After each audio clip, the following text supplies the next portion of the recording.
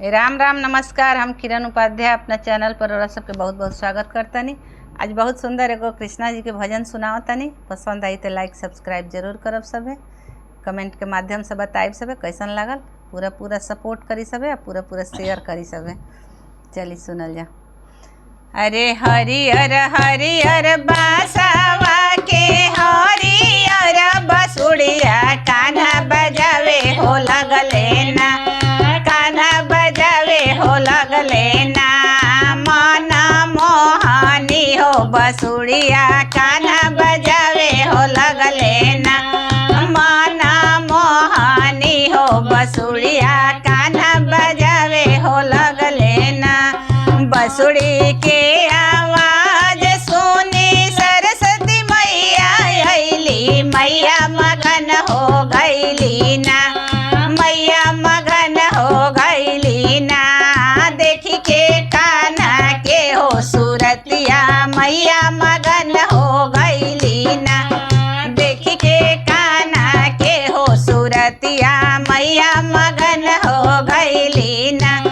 हरियर हरियर बासावा के हरियर बसुड़िया कान्हा बजावे हो लगले ना, कान्हा बजावे हो लगले ना।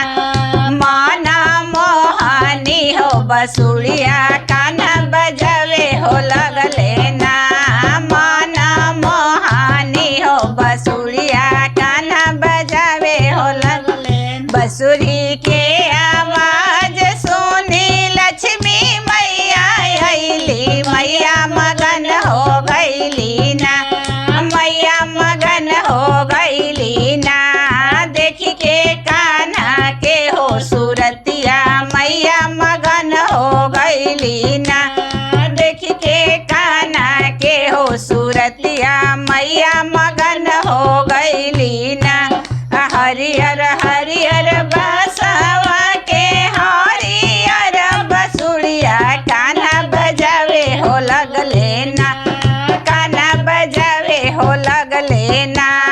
मन मोहनी हो बसुड़िया कान्हा बजावे हो लगले ना। मन मोहनी हो बसुड़िया कान्हा बजावे हो लगले ना। बसुड़ी के आवाज सुनी पार्वती मैया अइली, मैया मगन हो गइली ना, मैया मगन हो गइली ना। देखी के कान्हा के हो सूरतिया मैया मगन हो गइली ना। देखी के कान्हा के हो सूरतिया मैया मगन हो गइली ना।